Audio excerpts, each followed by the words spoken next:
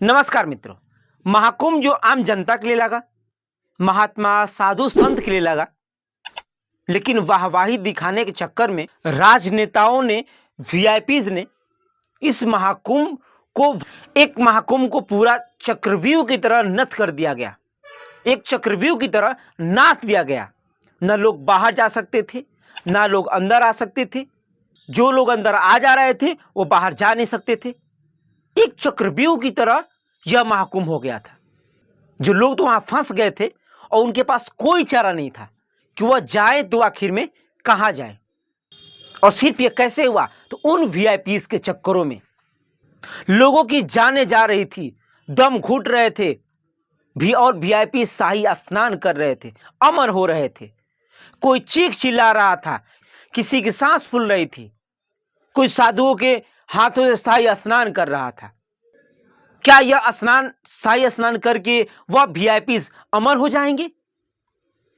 क्या उनकी मृत्यु नहीं होगी? क्या जो इस आम जनता को उस कतार में खड़ा करके और आराम से शाही स्नान किए हैं, क्या उन पे अब कोई संकट नहीं आएगी? क्या जिस राजगद्दी पर बैठ गए हैं, क्या अब उस राजगद्दी से कभी नहीं हट पाएंगे? क्योंकि वह तो पूरा वीआईपी शाही स्नान किए हैं ना, अमृत स्नान किए हैं।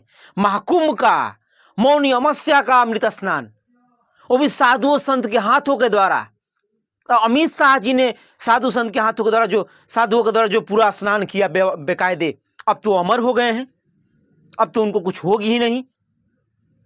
भले ही आम जनता की क्यों नहीं मृत्यु हो गई, भले ही क्यों नहीं किसी का बेटा छिन गया, किसी का पिता छिन गया, किसी का परिवार उजड़ गया, कोई वहां लोग चिल्ला चिल्ला के दम घुट रहा था किसी का।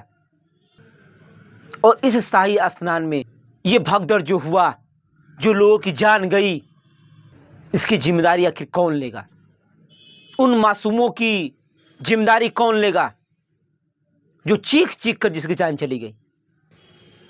वह पल, वह नजारा, एक पिता के सामने जिसका बेटा मर रहा था, एक पति के सामने जिसकी पत्नी मर रही थी, इसका जिम्मा कौन लेगा?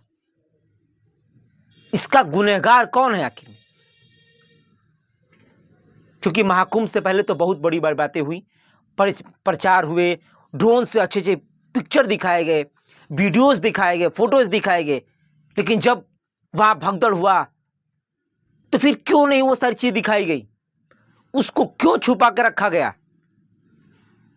सिर्फ इसलिए कि सरकार बदनाम होगी? सिर्फ इसलिए कि इमेज खराब होगी? और जब पता ही था कि 8 से 10 करोड़ लोग मौनी अमावस्या के दिन आएंगे, तो फिर व्यवस्था को चौकचंद क्यों नहीं किया गया? क्यों नहीं फोर्सों को बुला लिया गया?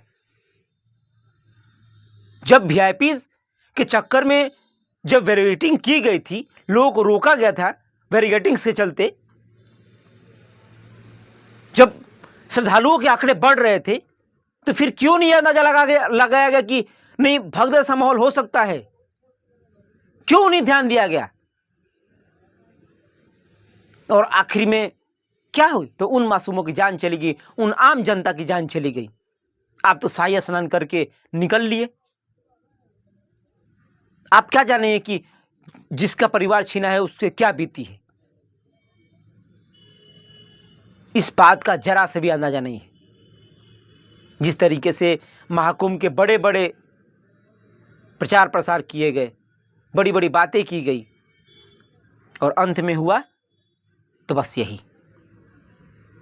वैसे इस महाकुंभ के बारे में आप क्या सोचते हैं? उन परिवारों उन व्यक्ति जिनका परिवार छीन गया, और वो लोग जो वीआईपी शाही स्नान किए, इनके विषय में आप क्या सोचते हैं? हमें कमेंट में बताइएगा। धन्यवाद।